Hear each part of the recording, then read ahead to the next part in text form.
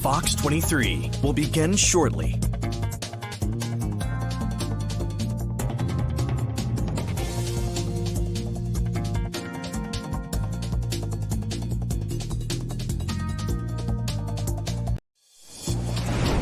Your live interactive coverage with CBS 13 and Fox 23 starts right now.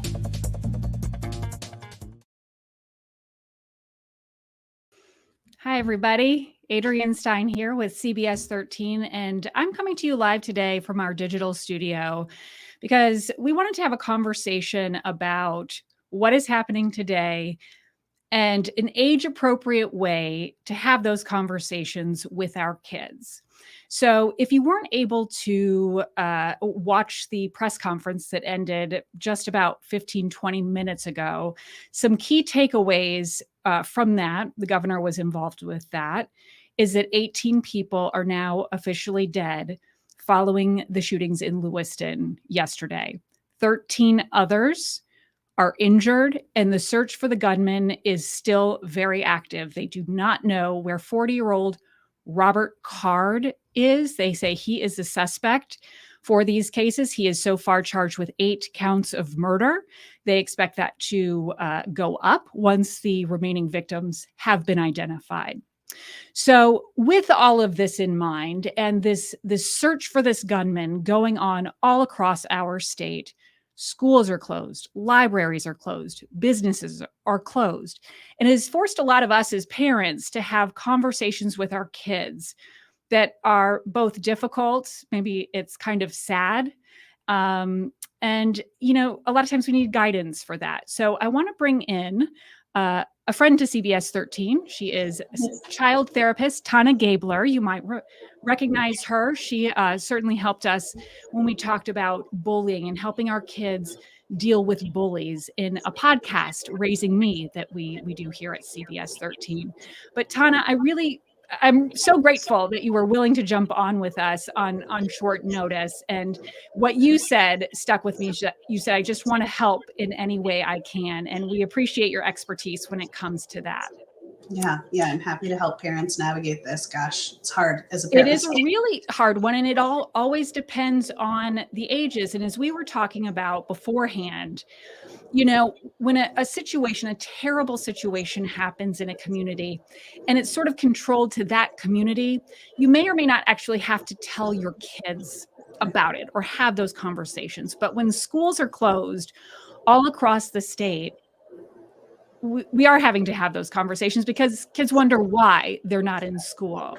So I just thought we could start with that, just sort of finding the balance between what is too much and what is not enough. Yeah. I mean, this is going to vary for the age of the kid. Like we talked about with you, Adrienne, you have 3 kids. So you're going to be maybe delivering 3 different scripts. Any kid really under the age of 6 or 7, their script should look a lot different than a kid who's in middle school or high school. The younger the kid, the less information. So what I told my daughter this morning is, you're not going to have school today. A lot of the businesses are closed. The library is closed. There is an unsafe person and the police are looking for them. And in order to keep everyone safe and to find this person as quickly as possible, it's best for as few people to be on the roads. It's best for as few people to be out and about today. This will help get the process done quickly and keep us safe faster. And that was my story. And then I said, what is that age? Just if I could just jump in. Sorry. Yeah, so she's 6. Okay, and so that is like pre-K, kindergarten, first grade. Yep. So that's so the message early that you elementary, before I would say really before like first or second grade, that's about as much detail as you want to go into. Mm-hmm. Then you want to give them an opportunity to ask questions. Some kids are going to say, oh, that's fine. Some kids, oh, can I watch TV today? And then some kids are going to have more questions. With the younger the child, you want to give as little information as you can with also being helpful and still providing the context. The key with the younger kids is they are amazing at reading the parents' emotions. So if you tell them, oh, you're safe, you know, everything's fine, but you're really anxious when you're delivering this message, you're really upset or dysregulated, there's this, incongruence between the message you're delivering and the emotional state you're in. And the only thing they're going to see and hear is mom doesn't actually seem calm. So you really want to make sure with this, like I wrote a script on my phone. What am I going to say to my 6-year-old this morning? Made sure I felt okay with it. Process this information myself a little bit before I delivered it, because I don't want to be processing it the first time with a little kid, with any kid, right? Like as parents, it's our job to create context and to create a sense of safety. And if we're not regulated ourselves, we're not going to be doing any service to our kids when delivering any kind of script. Well, that's interesting, and something I had never thought of, because often you don't have time to prepare, right? And so you're kind of caught off guard. But in those times that you can just take a moment to say, okay, what does this look like? Explaining, as you mentioned, I have a 5-year-old, an 11-year-old, and actually a 16. She turned 16 today, of all days. So it's all so locked in the house on 16th birthday. Good times. But it was a tough one to navigate, sitting at the breakfast table with a 5-year-old, an 11-year-old, and a now 16-year-old, and trying to shape the messages between these different age groups. And I know I'm not alone in having both young kids and older kids. So how do you bridge that gap when you have multiple age groups in your house? I think you say, first and foremost, maybe you pull the older kids aside first, or at the breakfast table together, like you described this morning, and say, we're going to start with the information that, this child, the youngest child, can handle. And that's what we will collectively talk about as a family. And I understand that you guys might consume more media on your own, might see things on Facebook. You and we will have these separate conversations. But we want to make sure that everyone in this family is being mindful of this child, the youngest child, whatever child 3, their understanding of what's going on. And so when we're together, we're going to appeal to the youngest common denominator, and we're going to make sure that we're talking about it in that language. And I think that also could mean then sharing you're sharing the script that you delivered to the youngest child, maybe in front of all 3 kids. And then having separate conversations, and in those conversations saying, I don't want to minimize your feelings by saying we're not going to talk about it collectively. Anytime you want to talk about what's going on, you can pull me or other parent or whatever aside to talk about it. But at the same time, you have a different context for the world. You have more knowledge, and that is going to shape the way you perceive these events. And child 3, little child, doesn't. And so we need to be mindful of that. We're not lying. And if you have feelings about that, share those with me and we can talk about those. However, the family rule is going to be, this is the language we're going to use around, family member 3. I do want to remind our audience and anybody watching, when you post your questions, we're going to be monitoring those, and then Tana will take those. And we did get a good one here from Angela Duffy, wondering about, what about daycare children? You've brought the kids, maybe you've had the conversation at home, and then you take the child to daycare, and they are still asking questions and wondering what is happening. So finding that balance as a caregiver versus a parent. Oh, okay. You're saying from a yeah, like I'm reading Angela's question as, say, a child goes into a daycare situation and starts asking questions, like, as a daycare provider, how do you approach that differently than, maybe a parent? And Angela, if that's not your interpretation, just let us know in the comments.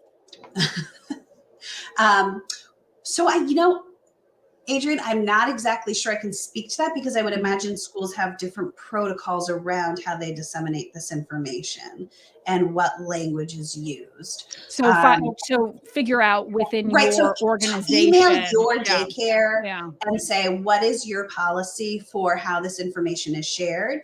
How do you handle it if other children are talking about it? And could you please let me know if it is being talked about, so that I can then get on the front end or try and create some kind of narrative with my child at home. Gotcha. If the listener was asking about daycare and aged children, I would say if that child is in the younger age, you can say daycare is closed today. And it can be as simple as that. Mhm. If you feel like your child is, I mean, that would be like probably a 2-year-old, maybe a 3-year-old, a 1-year-old. But if that child is in a daycare classroom where there are other verbal kids who maybe have older siblings, that's something that sometimes parents might have an idea about. And then they can use the script of daycare is closed today so that everyone can be looking for this unsafe person right now. And the best thing to do is to stay off the roads, keep the roads clear, keep the businesses, keep everyone focused on this kind of one task. It's sort of the simplicity of the message. It's again tailoring it, and we've talked quite a bit about this sort of younger up to early elementary. But what about late elementary through, say, at least early middle school? Those kids that are starting to really kind of get how the world works, but still have a sense of innocence to them. How do we navigate that age, and what and how we should be speaking to them about a tragedy like the one we're seeing in Maine today? That's trickier because it's possible they already found out about it this morning on their cell phones or whatever, or text messages or in the middle of the night, And so I think one of the first things you want to do when you come to these kids is ask them kind of what they're aware of, what they might know has happened, and hear kind of their thoughts. A lot of the times they, like I said, they will have already known about it. So then you want to ask them kind of how they're feeling about it, really like what's going on for them, what emotions is it bringing up, and then normalizing, like if you feel scared, that's normal, like that's your brain's alarm system going off. It's seeing scary things on the news. Your brain is designed to keep you safe, so it would make sense that you would feel nervous right now. But in your home, you are safe. We are always going to do our best to keep you safe. There are countless people out there right now trying to keep you safe. And I think that also kind of the direct language or the exact language you're going to use is going to kind of depend on the kid and their understanding. Some kids have just a greater exposure, a greater understanding of violence and gun use. And some kids, this is the first time they're hearing about it. And so you have to kind of be mindful about that.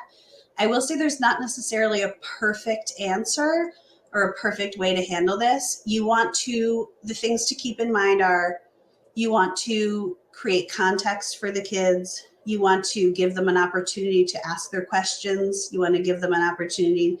You want to validate their emotions and their feelings as much as possible. You want to try and stay calm. I think there are a lot of experts out there who will say when talking about this to kids, you want to avoid using labels like mentally ill or a bad guy. Instead, you would want to kind of say things like a person did these things or did these unsafe things. The language around what you are going to use is going to be kind of dependent on your family and your values. Again, all of this are things that you really want to kind of practice for a moment, maybe write down before you deliver it. And just be prepared that your kid's going to come at you with questions. And it's totally okay to say, I don't know the answer to that right now, or I don't know how to answer that right now. And I just need a minute. That doesn't mean I don't want to answer it. And it doesn't mean I'm not going to. It just means that I need a moment to think about that or to look it up, or we can look that up together or whatever. And then with your middle school aged kids, older elementary, tell them if they're going to be consuming the news, if they're going to be consuming media, going on TikTok at this point, tell them to see if they would do it in front of you, with you, so that you can be the adult in the situation and help provide some context for that. I think a lot of times kids and teens will get stuck on these very provocative images, these very upsetting images, and those are going to stick in their brains. And so the more we as parents can try and buffer that, try and do it with them, the less likely that those images will become traumatizing for them. I also wonder if there are particular signs that we as parents can look for that our kids might be feeling increased anxiety or fear, even if they're not necessarily discussing that with us. Sure. So I think one of the first things I always tell parents is look for any marked differences in behaviors. So you should have a basic baseline for how your kid is behaving. Obviously, if they're a teenager, that baseline is probably a little bit like this. But you want to see if those behaviors start changing dramatically over a couple of weeks. If you see a really extroverted child become really withdrawn, if you have a child who was normally very optimistic starts becoming very preoccupied with death. In the younger kids, it's harder to assess sometimes, but look at their play, see where their play is going. If it looks like over and over, it is very healthy for kids to play out their experiences. It's very healthy for them to draw them out, to write them out, to turn them into song. If you see a child playing out a traumatic experience over and over and over again, and it is the same play on repeat, almost like a broken record, that's a sign that there is some trauma probably going on, and that would be a time you would want to reach out to a mental health professional. The greatest way you're going to get kind of an idea about this is checking in with your kids. So inviting them to play with you, open-ended play when they're younger, when they're teens, inviting them to draw with you, inviting them to write poems with you, inviting them to talk to you. Those are kinds of ways that you'll be able to see how they're processing this information. And then, like I said, any kind of dramatic changes in behavior, that should always be a little bit of a red flag to a parent. Like, this is a time to bring in a professional. And processing it is the key, that it's just not being held in. And to that point, Laura actually in our comments made a really great point. She just says, please make sure in the height of all of our emotions that we are still taking care of ourselves. Please make sure you are eating and drinking during this hard time. Laura, excellent point. Yes, absolutely. I mean, this obviously there's trauma and fear with children, but also for us as parents worried about our children during these traumatic events. And I think to Laura's point, that's one of the greatest things we can do for our kids, because our kids are little emotional sponges. They can pick up every emotion that the parents in the house are feeling. And so if we're not taking care of ourselves, if we're not centering ourselves, drinking, eating, trying to get sleep, trying to turn off the news, then we're not going to be calm in our homes, and our kids are going to pick up on that. And that's going to be a greater message of danger to them than anything that they're going to see on the news. That's a great point. When we talked about early elementary, middle school age, by the time kids are in high school, are we just having frank conversations with them? I mean, do we need to pull back at all on some of the gritty details? I find my daughter usually knows too much, frankly. Yeah. And sometimes I try to be like, well, and I try to kind of make it not seem so bad. But what is the strategy with, kids in high school that are young adults and they do have access to phones and they're talking to their friends, and there are different rules in different houses. So just like anything, they might be exposed to things that maybe we aren't in our house. Yeah, that's going to be a totally different situation, because like you said, they're going to be exposed to things that, we would probably not like them to be exposed to, but we're just not in control of that. And so I think to sugarcoat it, you're going to be breaking their trust in some form. And to withhold information that that they already know, or to deny or downplay, is again going to be a little bit of a trust rupture in that scenario. So I would come to them with, what do you know? And also remind them, like, yeah, I know that you can make all of your own opinions and you are smart and independent and have a ton of autonomy, but at the same time, you are going to still need context for some of this stuff. And your friends who are also your age and have had the similar life experiences might not be the best sounding boards for that. So I want us to check in about this. I want us to talk about what's going on, because I imagine you're going to be having all kinds of feelings, and this is going to be bringing up a lot of emotion for you. So what do you know? Let's talk about it. And then, I think some of the things with the messages that we're trying to convey to the younger kids is a lot of, you are safe. And I think this message kind of varies depending on what feels true to you as a parent. Some parents say like, I keep you safe. Some parents say, I do everything I can to keep you safe. I will always do my best to keep you safe. But, you're really wanting to highlight the message of this world, we are trying to keep it as safe as possible. As your parents, we are trying to keep you safe. And there are lots of people that are trying to keep you safe. And I think with teenagers, they say, yeah, but this is still happening. So what?